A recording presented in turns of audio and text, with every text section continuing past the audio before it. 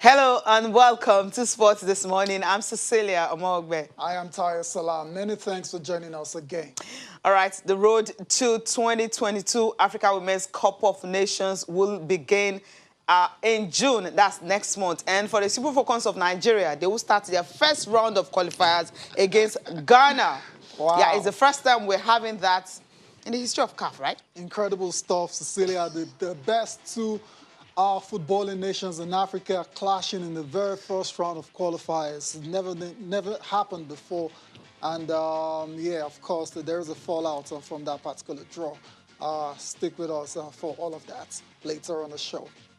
Also on Sport This Morning, let's go to England where it's over for Fulham. They're down and relegated to the Championship after the loss by 2-0 against Burnley yesterday night. They survived last season, but this season they were woeful and they could not stay top. And for the first time in a long while, you're having the relegation battle not going to the final day, even before with 3 games to go. What a season. All the 3 teams are out. That's how poor they were, where 36 points can keep you safe in the Premier League, usually 40. But 36, 37 kept some teams, and while those who are 27, 26 had to go down. Also on the program, yes, the king is here talking about Russell Westbrook.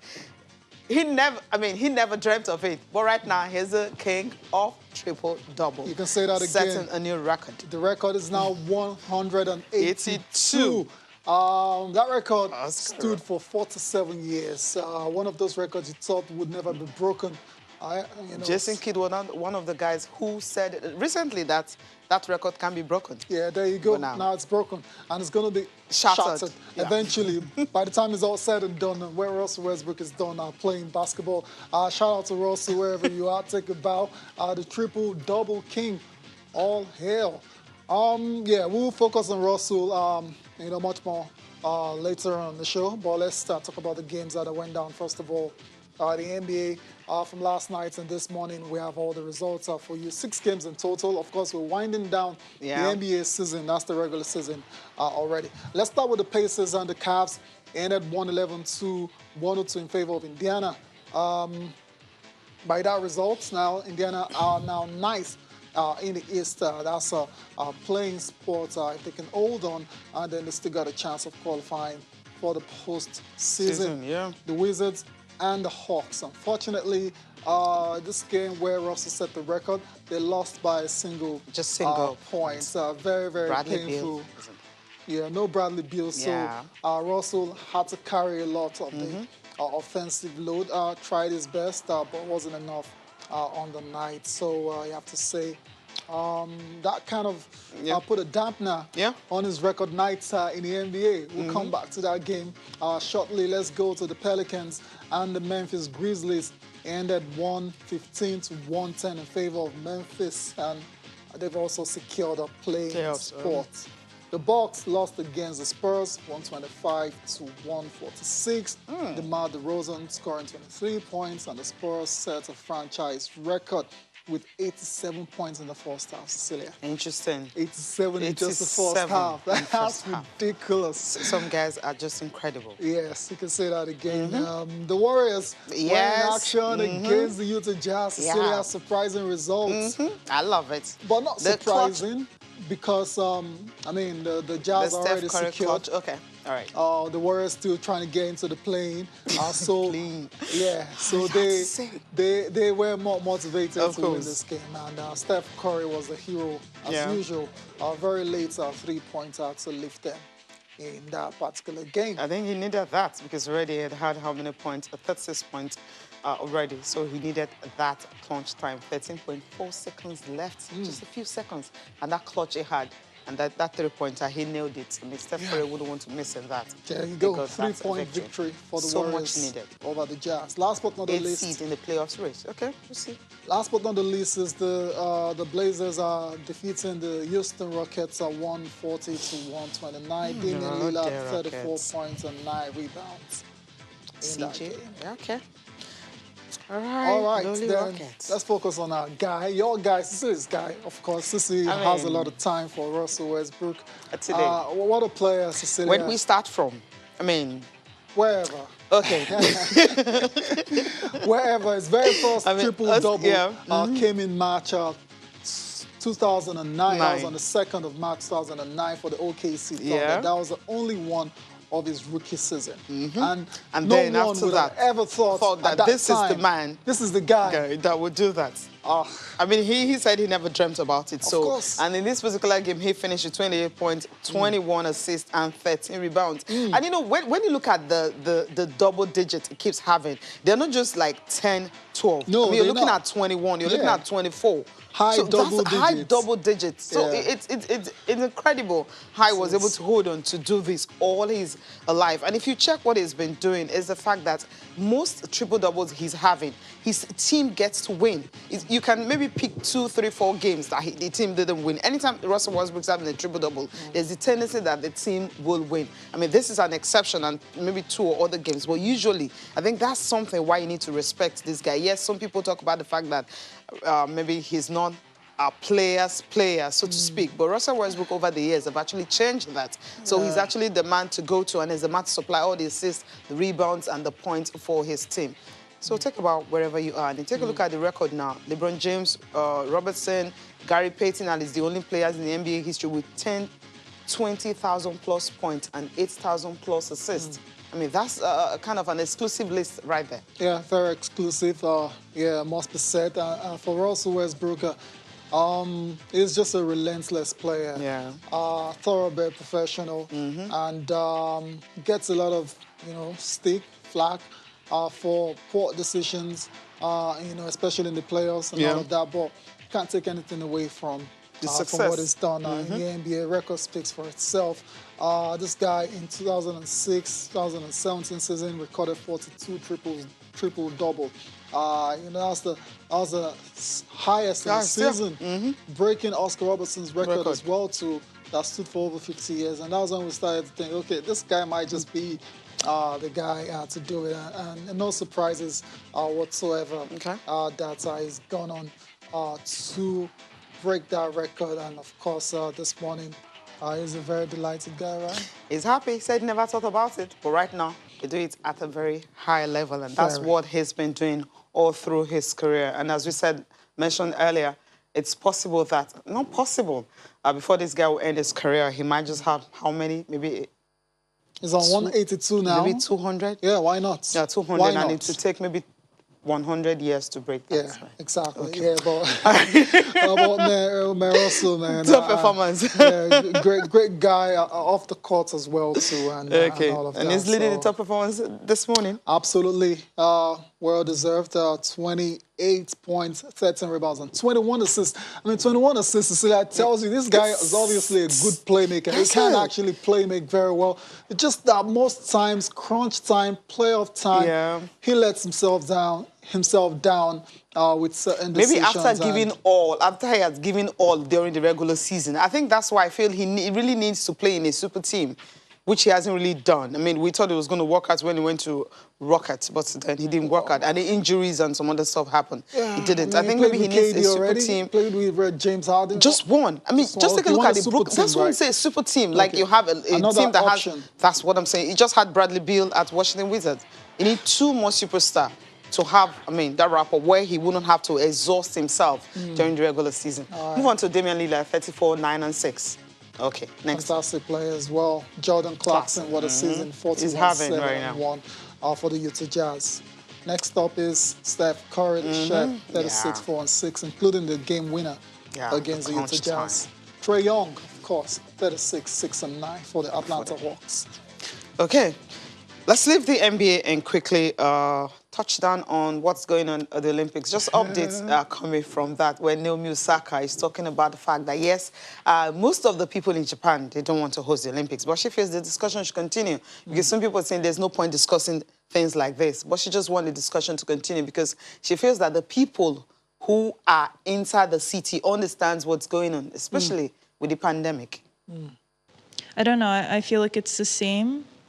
For me, I've gotten vaccinated, so I think that at the end of the day, you can't force anyone to be vaccinated. But I think if you're going into the Olympics and, you know, whatever makes the host country happy. Yeah, discussions will have to continue, whatever makes the people happy. Some people are against it, while some are for it. But at least as an athlete, she obviously wanted to continue. Most people actually in Japan, I mean, the polls show that they oppose hosting the games. You know, they are under rescheduled dates for Naomi. She's obviously very conflicted. I mean, she'll be ready for Rome, ready for French Open, and of course, not ready for the Olympics. All right, we talked about the Super Falcons earlier, and Ghana, they will be facing each other. And we know that the Super Falcons of Nigeria will have a very busy June because the summer series organized by the U.S. national team, talking about the women now, will be from 10th to 16th of June. And the Super Falcons happens to be one of the teams that will be taking part in that summer series. And now, CAF, after the draw, just yesterday in Cairo, I mean, they've drawn Nigeria and Ghana together. And we know the qualifier is going to be between 7th and 15th, also in June. And the man who understands all this and how it's going to play out will join us this morning. I'm talking about NFF President Amanji Pinnick and also a member of the FIFA Executive Committee to tell us more about this and how the Super Falcons of Nigeria will be able to navigate all these games. Good morning, President. It's good to have you join us. Yeah, good morning. Always a privilege joining you guys. Okay, let's just go straight to the point. Now, the draws came out yesterday, and all of us were actually surprised to see the Super Falcons of Nigeria playing in the first round of the Africa Women's Cup of Nations qualifier. Usually, it starts in the second round, and you know we have qualifiers usually from September, October, but right now it's going to be in June for the Falcons. And, of course, the summer series also coming up. Were you surprised when the draw was made yesterday? Yeah, I mean, not really, because you should understand the dynamics as it relates to women's football. It's grown beyond what we think, you know, so every country wants to participate. And, you know, what CAF initiated some years ago is qualifiers through the zones. And I keep saying it, football is in West Africa, you know, and we're going to be playing Ghana, which is a very tough team. These two teams can play in the finals of next year's outcome. But it is what it is, you know, so we just try and see what we can do in ensuring that everything we set out to do is done good. Now, talking about the the USA Invitational, we have sealed this since late last year, and because we were hoping, like you, that Nigeria will not participate in any preliminary rounds, you know, and CAF, maybe because of the election, because of a lot of things going on, you know, did not give us an inkling or a hint as to whether there'll be a window in June, especially for Nigeria. So we went ahead because their calendar did not state any senior women's football engagement in June. So based on that, we decided to keep our girls very busy, preparing them for outcome, preparing them for the World Cup qualifiers, you know, and that was the first tournament we had in Turkey. Now we have an invitational in June, and contracts have been signed, MOU have been sealed. So there's practically nothing we are going to do about that. We have written to CAF yesterday, and I'll follow up today. And I hope at the end of the day, they will see a reason why even this particular match between Ghana and Nigeria will be moved to July. You know, we are working really just assiduously towards that. And I believe CAF is all about ball development. So if they see a tournament coming in America that will showcase Africa in a very, very high premium, I think they'll consider it, you know. But personally, I'll follow up. I mean, I don't think they are that rigid, you know, when it comes to women's football or even men's football. So I believe at the end of the day, our preparations are going on intact. I'm in touch with my girls. They are excited about it. Some of them have some issues relating to visa from their various clubs to the US. We're also working on that, trying to get the US through the US government. All right, Mr. President, we'll get back to you immediately after this short break. We need to go on a very short break right now. We'll get back to you after this.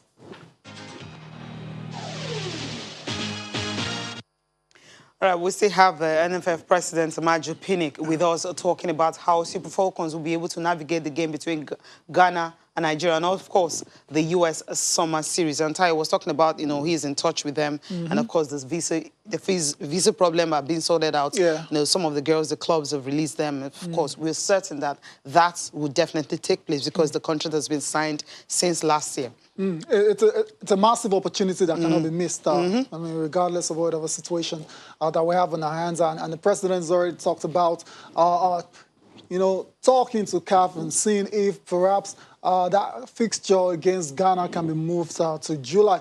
But President, what if, let's just say, you fail to convince CAF to move that fixture to July? Is there a chance that perhaps you might have to raise two different teams to prosecute these very important fixtures for the Falcons? Well, if you know me, you know that I'm fixated on one direction. And that direction, I don't believe in. I'm not I'm quite optimistic that this will happen. And we've given reasons, and the reasons are quite cogent, And we believe that this will certainly come to pass. Going to your question, in reality, it might just end up being a festival of female football in June, because if at the worst case scenario is difficult to convince them, then it means we have to have two sets of teams. One will go to the US, and the other will play the qualifiers. But we're not going to joke with the qualifiers because we are playing Ghana, and Ghana is not a team you just explore in the park. No, Ghana is one of the teams in women's football in the country. So we're going to take it very seriously because we want to retain the title. We want to female football, so to speak. They've gone beyond, like I said, what we normally comprehend, what we normally say. You can easily beat a team 2-3, 4, 5, 6-0. Not anymore. It's tough because there's a lot. And going by the last Nigerian Women's League Super 6 played in Abeokuta, Jebode was there throughout. And I saw the quality of our women. They played very good football. And that gave me a lot of hope, or gave Nigerian Football Federation a lot of hope that we can have only 3 teams in the Super Falcons, So we are working on that as a plan B and a plan C. Yep. But I'm very convinced that we'll get this through. Personally, I'll follow up with this morning. Later for Friday, I believe.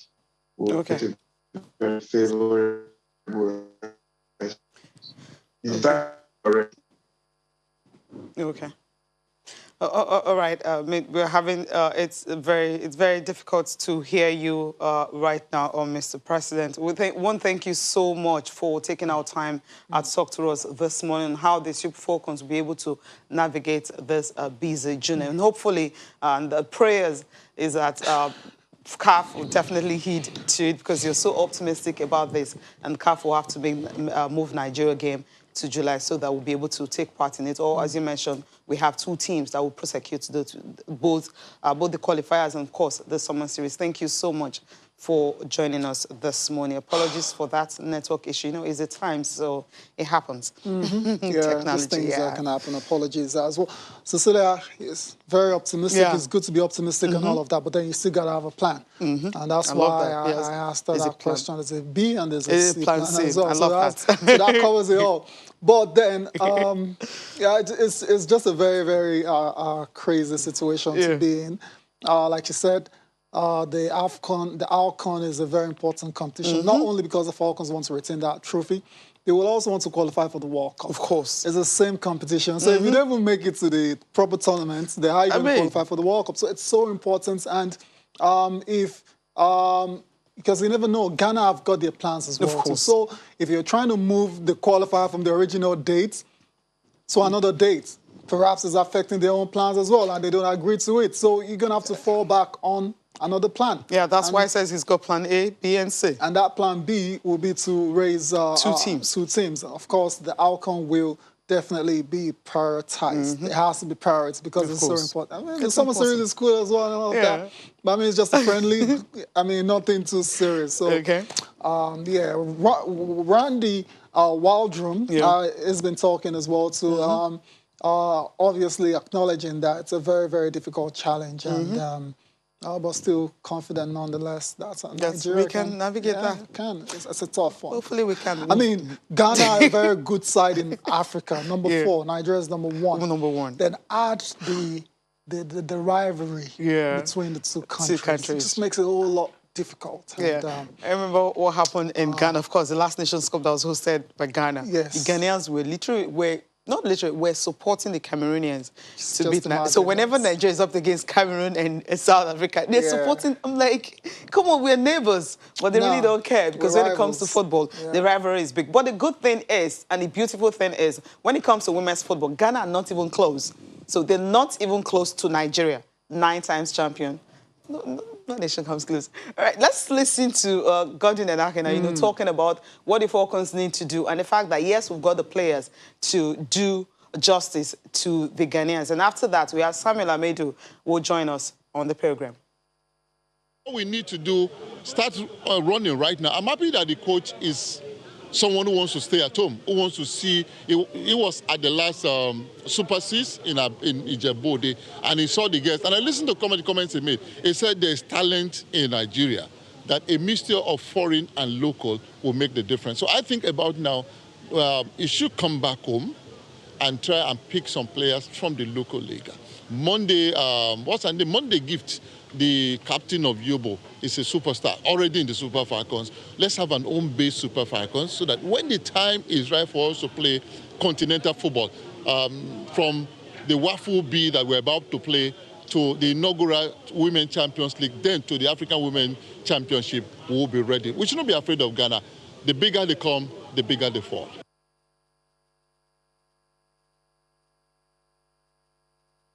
That's it. It is what it is. It's not ideal. But you're going to have to face up to the challenge. And there's no doubt that Nigeria can beat Ghana over 2 legs. I mean, like you just said, there is a gulf in class. Yeah, I mean, look at all the players. Can you compare to the Ghanaians? You can't even pick out one who is. I mean, what's big name? Ghanaians. I'm not trying to rub it in, but I know.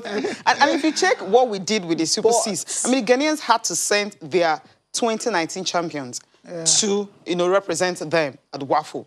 And we had to play Super 6. Now, that's how big, when it comes to the league and also the national teams. Yeah, I mean, there's a gulf. It's clear. It is just the fact that the rivalry is so massive. And the Ghanaians will be raising their game to a whole new level when they play Nigeria. That's just it makes it a bit complicated. Even if it's the under-17 team, under-20 team. I mean, as long as it's Nigeria, I mean, they want to do their best to see how they can. Well, the good news is the Super Falcons are always ready, and they've been active. They've not been inactive unlike previous years. They've been active because of that Turkey tournament they went for. And we saw some home-based players, and the coach even came down all the way from the US to watch the Super 6. So that's how serious we are right now when it comes to women's football. I'm happy about that. And I just hope that CAF, on their own part, we have a plan and send the plans ahead to the different federations across the continent. Because we heard what NFF President just talked about, the fact that they didn't know that Falcons will be playing in June. I mean, as of last year when they had this, when they knew that they're going to have the WAFU, Zona tournament and all. Okay, Sam will be joining us now. We're also going to ask him questions about this one and the draw, what it feels like. Samuel Amedu, good morning. It's good to have you join us. He's a sport journalist with Go.com. Yeah, thanks for having me, Sisi. It's a pleasure being on the show. Good morning to you guys. Good morning. Quickly, on the Super Falcons, the draw against Ghana, were you surprised by that? Yeah, well, just like every other fan of the women's game out there, I was honestly very stunned and quite shocked by that development. But again, it's football. Such draws, looking at the formats they adopted, would definitely have gone either way. And for me, it was even better playing Ghana than playing Cote d'Ivoire at this stage. Okay. Really? Yeah, Cote d'Ivoire happens to be bigger, right? That's interesting. I don't agree. Okay, Taya doesn't agree with you. Taya, what do you think? No, I'd rather any other team apart from Ghana. That's just the way it is. But I can understand his points. But Nigeria, Ghana, just something about it. Yeah. At any level. Okay. You'd rather avoid it, you know, if you have the opportunity. So, anyways, let's see the group, actually, what it looks like quickly, because, I mean, you'll be hearing us talk about it. Nigeria finding themselves in WAFU B, where we get to take on Ghana. That draw was done yesterday. Surprising for a lot of people. When I saw it as well, I was like, what is this? Like, what's going on? Anyway, so it's Nigeria, Ghana, and WAFU B. There's also Burkina Faso versus Benin Republic. I mean, why not Benin Republic? Why not Burkina Faso? Why not Niger? Why not Niger? Do you get, like... Okay. Then Niger and Cote d'Ivoire.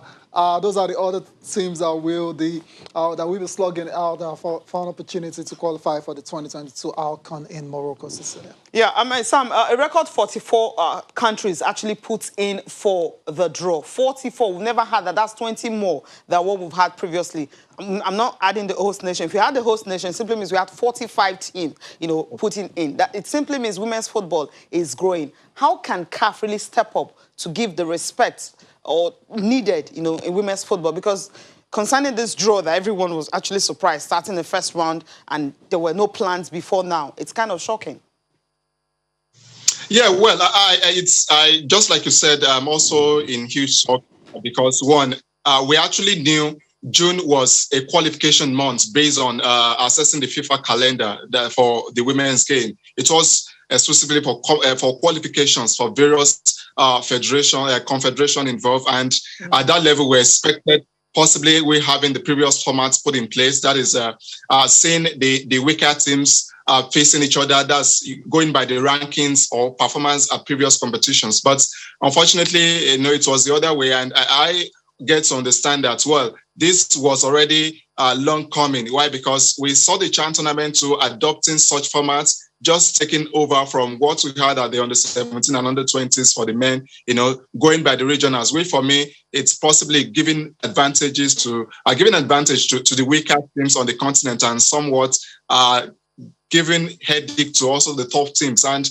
realistically, it doesn't really work well with the women's game. Why? Because you have a lot of weak teams compared to the strong teams on the continent, and this boils down to the quality of AFCON tournament we're going to have, and also quality of representation we're also going to be having going to the Women's World Cup.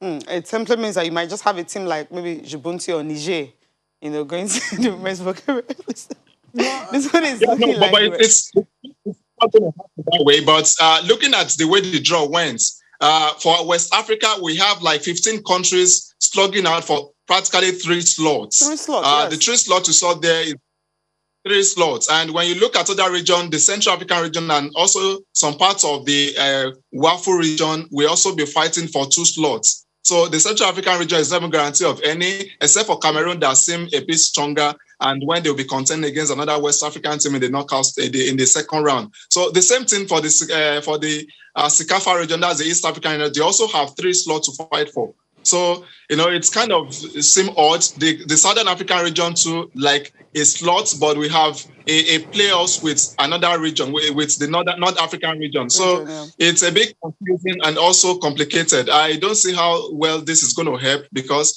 looking at those regions, they have quite a number of teams get involved, and at the same time, there's no way you can now a whole like the West African region now put 3 nations up against each other just for 1 ticket. These are 3 nations that definitely, if they appear at the World Cup, they can hold their own and also give the continent very good representation. So for me, I don't know. I still find it very, very absurd. this sort of format that has been adopted. But again, in a continent where you don't consult or you don't even give in a second thought, it's no surprising what you end up seeing. So, and for me, what I understand, this has been long coming. It wasn't even about the Mosepe team. It's been what they've been keen to implement right from the Ahmad regime. Okay, and it's been implemented, and we might just have a weaker team represented Africa at the World Cup. Okay, let's leave that because a whole lot, we'll still keep talking about it until the qualifiers start in June. Quickly touch down on the playoffs going on in Benin City. We have games for today. Yesterday was the rest day, and the 4 teams will be slugging it out to see if they can stay on because it's the final round of matches. Quickly, we'll just see confirmation of what that is looking like. Where you have Ibom Angels will be up against, let me just, if I can remember. Ibom Angels, Pelican Stars. Then you have the other one. There's Abia Angels taking on Dream Stars as well. And both of those teams, Dream Star for them, just have 1 point. And we have Abia Angels on 4 points. And of course, Sam, what do you think? Which team is going to go up and which is going to go down? Quickly. Yeah, well, a lot is still really going to be hard to tell. I strongly believe Abia just may get a scale through. Pelican Stars too did a lot of recruitment, I think, before the playoffs, and I think that somehow really speaks volume about how they've turned out.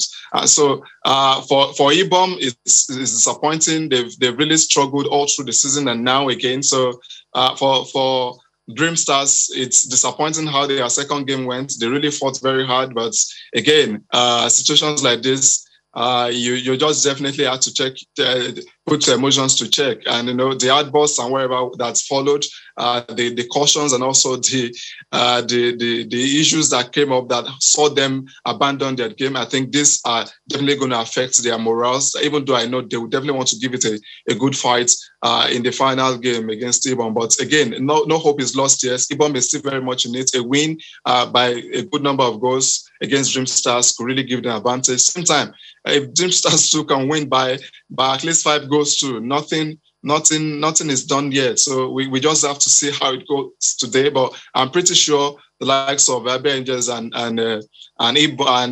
Pelican Stars will definitely be keen to really grind out results. At worst, a draw, we'll see them surviving the relegation fight. Okay. Want to thank you. Quickly, before we let you go, Fulham, we have a lot of Nigerians in that particular team. Fulham, they've been relegated from the Premier League. Were you surprised they were going to be relegated? Yeah, well, it's disappointing for Fulham because understanding the fact that getting into the top flights, getting promoted, getting relegated initially, promoted again, and now relegated. It's not a very good record to really hold. And for Parker being in charge, I think it's definitely needs a lot of reviews and somewhat not just in terms of the technical crew, the management at the same time, because I feel for those guys, a lot of them deserve to stay up and, just not just the 4 Nigerians, 6 Africans, the guy from Gabon, Mario, and also that guy from Cameroon. I think for me, these guys are quite good. The Nigerians too. I believe, well, regardless of what happens, definitely they've shown great quality during the season and they don't deserve to go down with the club. I believe they definitely have a lot to give playing in the top flight. Oh, thank you so much, Samuel, for taking our time to join us this morning. And hopefully in June, because once the qualifier starts, we'll have you again. Definitely. Thanks for having me once again. All right, thank you. Yeah, Tayo, okay, we need to go on a break. When we come back, we'll be talking about Manchester United, their game against Leicester City tonight.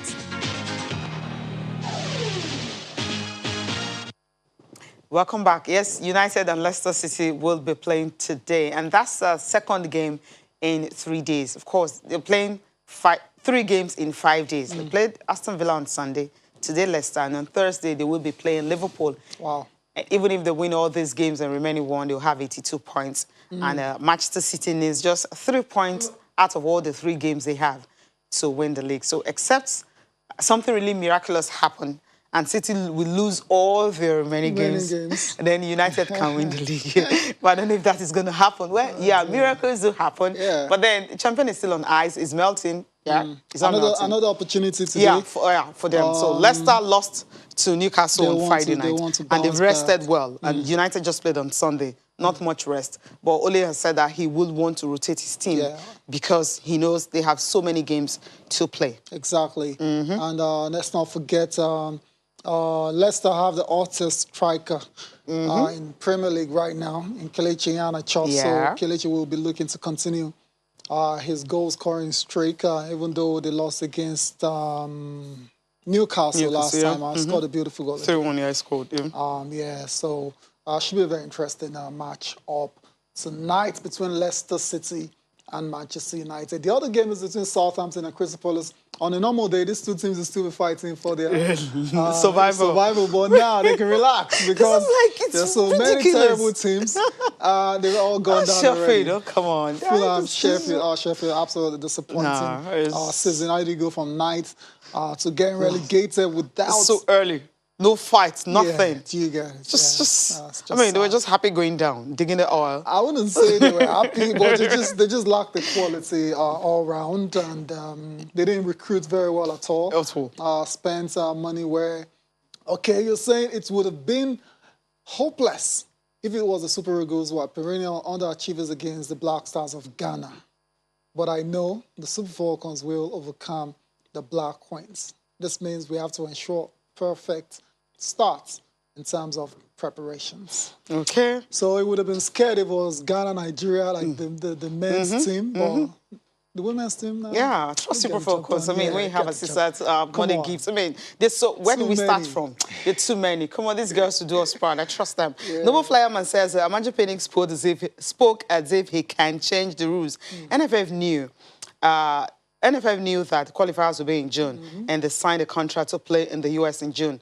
As usual, you didn't get the story. The story is, at the time the contract was signed, usually the Falcons don't play qualifiers in June. They start from the second round. So that's usually the case. So yes, we know qualifiers will be in June, but we didn't know the Falcons will be playing in the first round of qualifiers. So I think you will get that clear and understand what it is. So they didn't just do that because they didn't know. I think CAF needed to iron it out first from the very beginning when they changed the formats.